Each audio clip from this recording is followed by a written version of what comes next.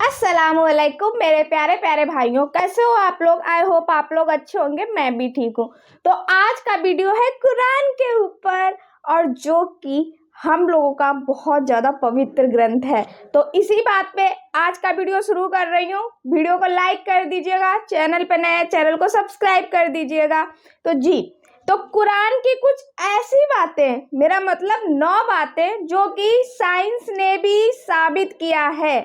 तो चलो मैं वीडियो स्टार्ट कर रही हूँ। इनका ओरिजिनल वीडियो लिंक मैंने डिस्क्रिप्शन में मेंशन कर रखा है। हम इस पृथ्वी पर अपने वजूद की तलाश कर रहे हैं और इस कोशिश में हम विज्ञान, धर्म और पवित्र ग्रंथों की तरफ देखते हैं।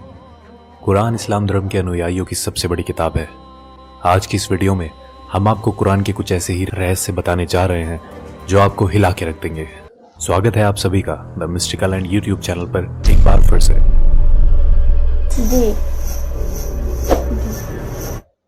वीडियो शुरू करने से पहले ये जानना जरूरी है कि कुरान कोई साइंस की किताब नहीं है, मगर कुरान में कई साइंटिफिक और हिस्टोरिकल फैक्ट्स मिलते हैं जिनमें से कुछ बातों को समझने में तो हम सफल हुए हैं, लेकिन अभी भी कई ऐसी बातें कुरान में मिलती हैं जिन्हें आप में हैरान कर देने वाली है कि पृथ्वी पर जीवन पानी के कारण ही संभव है। नंबर 2, आयरन, लोहा प्राकृतिक रूप से धरती पर पाए जाने वाली धातु नहीं है। ये धरती पर अंतरिक्ष से आया है। ये अपने आप में चौंकाने वाली बात है, मगर ये सच है। वैज्ञानिकों ने ये खोज लिया है कि अरबों साल पहले पृथ्वी की टक्कर उल्कापिंड से हुई थी। अद्भुत बात यह है कि ये उल्कापिंड लोहे से भरे हुए थे और पृथ्वी से टकराने के कारण जबरदस्त विस्फोट हुआ जिसमें ये फैल गए। कुरान का लोहे की उत्पत्ति पर 57-25 आयत में कहना है, हमने लोहे को नीचे धरती पर भेजा है समस्त मानव जाति के फायदे के लिए। लोहा धरती का नहीं मगर दूसरी दुनिया से आया है। इस बात की पुष्टि 7वीं शताब्दी के वैज्ञानिकों द्वारा करना नामुमकिन सा लगता है। Number 3, skies protection. आसमान हमारी हिफाजत करता है। पृथ्वी को सूर्य की हानिकारक किरणों से बचाने में आसमान एक बहुत ही महत्वपूर्ण रोल अदा करता है। अगर आसमान नहीं होता तो सूर्य की रेडिएशन पृथ्वी पर समस्त जीवन को जलाकर नष्ट कर चुकी होती। आसमान पृथ्वी के चारों ओर लिपटे हुए कंबल की तरह है जो पृथ्वी को जमाने वाली ठंड से भी बचाता है। आकाश के ऊपर का तापमान लगभग -270 डिग्री सेल्सियस होता है। आकाश पृथ्वी पर ग्रीन हाउस इफेक्ट पैदा कर यहाँ के जीवन को सूर्य की रेडिएशन और अंतरिक्ष की जमा देने वाली ठंड दोनों से ही बचाता है। ये आकाश के कुछ ऐसे काम है जो हमें प्रोटेक्ट करते हैं। कुरान हमसे आसमान को समझाने के लिए 21-32 आयत में कहती है कि हमने आसमान को तुम्हारे लिए एक हिफाजती छत बनाया है और तुम हमारे इशारों को नजरअंदाज कर रहे हो। कुरान आसमान के हिफाजती इशारे को गॉड या अल्लाह द्वारा बनाया गया बताती है। आधुनिक विज्ञान द्वारा आकाश की पृथ्वी को प्रोटेक्ट करने की क्षमता 20वीं सदी में की गई रिसर्च से साबित होती है। नंबर 4, द माउंटेन्स, पहाड़। कुरान हमारा ध्यान पहाड़ों के बारे में एक बहुत ही खास पहलू की ओर खींचती है। क्या हमने दुनिया को आराम करने वाली जगह नहीं बनाया और पहाड़ों को धरती का खोटा नहीं बनाया? कुरान हमें बताती है कि पहाड़ों की जड़ें धरती में बहुत गहरी हैं और असल में भी ऐसा ही है। पहाड़ धरती में काफी गहरे तक गड़े हुए होते हैं। इसकी पुष्टि जियोफिजिस्ट फ्रैंक प्रेस द्वारा लिखी गई किताब अर्थ में उन्होंने लिखा है कि पहाड़ असल में खोटे की तरह होते हैं और धरती के काफी नीचे तक दबे हुए होते हैं। माउंट एवरेस्ट, जिसकी ऊंचाई धरती की सतह से लगभग 9 किलोमीटर ऊपर है, उसकी धरती के नीचे की गहराई 125 किलोमीटर के करीब है और इसका पता लगाना 20वीं सदी की शुरुआत में प्लेट टेक्टोनिक्स टेक्निक के आविष्कार के बाद ही संभव हो पाया है। नंबर 5, एक्सपेंडिंग द यूनिवर्स, ब्रह्मांड का विस्तार। जब खगोलीय विज्ञान अपनी शुरुआती दौर में थे, कुरान में ब्रह्मांड के फैलने का बयान किया गया। कुरान में 51-47 आयत में कहा गया है कि ब्रह्मांड को हमने ही अपनी सृजनात्मक शक्तियों से बनाया है और इसको हम बढ़ाते रहेंगे। ये तथ्य कि ब्रह्मांड निरंतर बढ़ रहा है, ये रहस्य हम पिछली सदी में ही जान पाए हैं। जाने माने फिजिस्ट स्टीफन हॉकिंस अपनी किताब a brief history of time में लिख गए हैं कि ब्रह्मांड को बढ़ाने की खोज 20वीं सदी की सबसे बड़ी भौतिक क्रांतियों में से एक है। चौंकाने वाली बात यह है कि कुरान में इस बात का जिक्र टेलीस्कोप की खोज से पहले ही हो चुका था। नंबर 6, सन्स ऑर्बिट, सूरज की कक्षा। 1512 में खगोलीय विज्ञानी निकोलस कॉपरनिकस ने सूर्य के बारे में अपनी राय पेश की। उनके मुताबिक सूर्यमंडल में सूर्य अपने कक्ष में स्थिर रहता है और बाकी के ग्रह उसके इर्द गिर्द चक्कर लगाते हैं। ये नजरिया कि सूर्य स्थिर है 20वीं सदी तक तमाम खगोल वैज्ञानिकों में कायम था, लेकिन अब ये स्पष्ट रूप से एक वैज्ञानिक तथ्य है कि सूर्य स्थिर नहीं है, बल्कि वो हमारे मिल्की वे गैलेक्सी में मध्य में घूमता रहता है। कुरान में इस बात का जिक्र 21-33 आयत में आता है। वो जिसने रात दिन चांद सूरज बनाए वो अल्लाह ही है, और ये चांद सितारे सब अपने ही कक्ष में तैरते रहते हैं। 2 दशकों पहले तक कुरान को खगोल वैज्ञानिकों द्वारा गलत समझा जा रहा होता, लेकिन अब हम जानते हैं सूर्य से संबंधित कुरान का ये दावा आज का विज्ञान एकदम सच साबित करता है। नंबर 7, द ओशियन, समुद्र। कुरान 24-40 आयत में कल्पना का आधार बनाकर गहरी बातों को हम तक पहुंचाना चाहती है।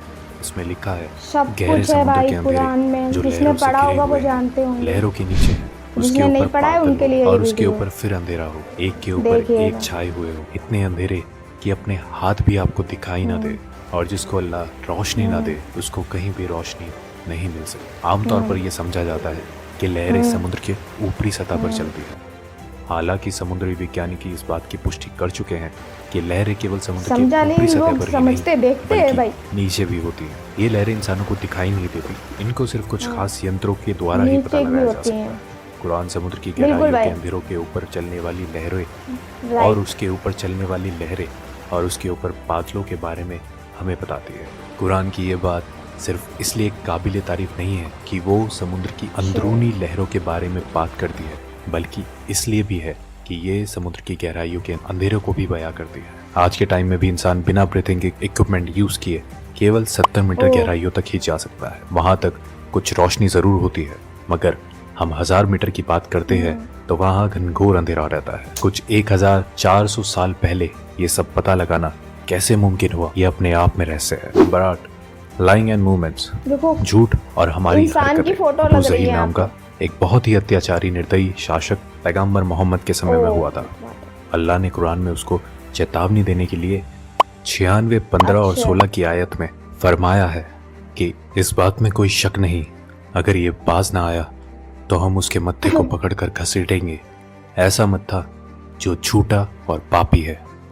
अल्लाह ने कुरान में उस शख्स को झूठा नहीं कहा, बल्कि उसके मत्थे को, जो कि दिमाग का अगला हिस्सा है, उसको झूठा और गुनहगार कहा है। यह आयत 2 वजह से बहुत खास है। पहली ये कि हमारे दिमाग के सामने वाला हिस्सा हमारी सोची समझी हरकतों का जिम्मेदार होता है। इसे फ्रंटल लोब के नाम से भी जाना जाता है। दूसरा ये फ्रंटल लोब ही दिमाग के झूठ बोलने वाले काम को कंट्रोल करता है। आज के दौर में की गई कई रिसर्चों में ये पाया गया है कि दिमाग के आगे वाला हिस्सा ही हमारी हरकतों और झूठ बोलने के लिए जिम्मेदार होता है। फ्रंटल लोब के ये फंक्शन 20वीं सदी में तमाम मेडिकल इक्विपमेंट्स आने के बाद ही हमें पता चले हैं, जबकि कुरान इस तरफ इशारे कब का कर चुका है। नंबर 9, पेन रिसेप्टर्स, दर्द को महसूस करने वाले टिश्यूज। काफी लंबे समय तक यही समझा जाता रहा है कि महसूस करना और दर्द का अंदाजा करने वाले टिश्यूज दिमाग में होते हैं। हालांकि ये बाद में खोजा गया कि दर्द को महसूस करने वाले टिश्यूज दिमाग में नहीं, हमारी खाल पर ही मौजूद होते हैं, और इनके बिना दर्द को महसूस नहीं किया जा सकता।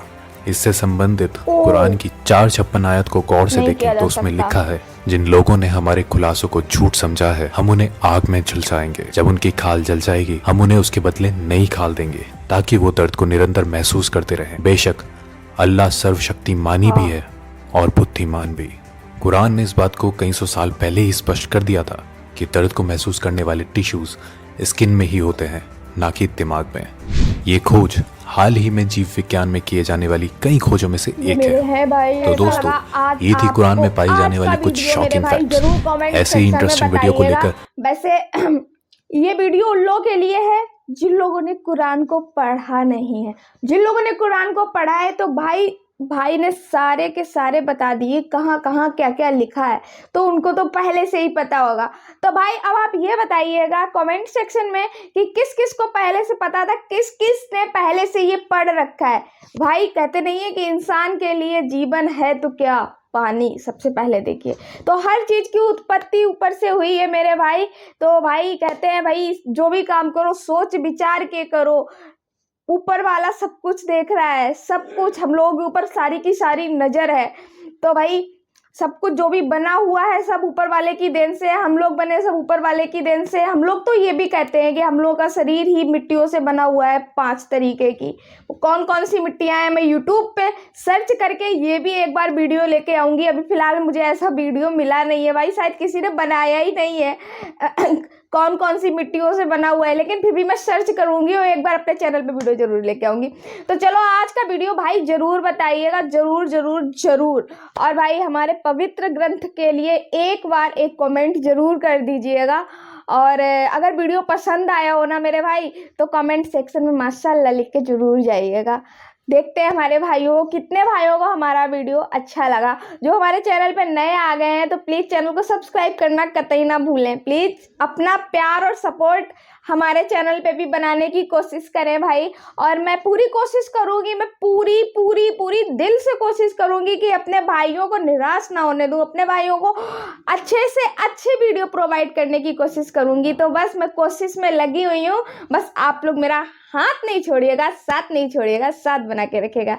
चलिए मिलती हूँ मैं किसी नेक्स्ट वीडियो नेक्स्ट टॉपिक के साथ में, तब तक के लिए अपना ध्यान रखिए। अल्लाह हाफिज़।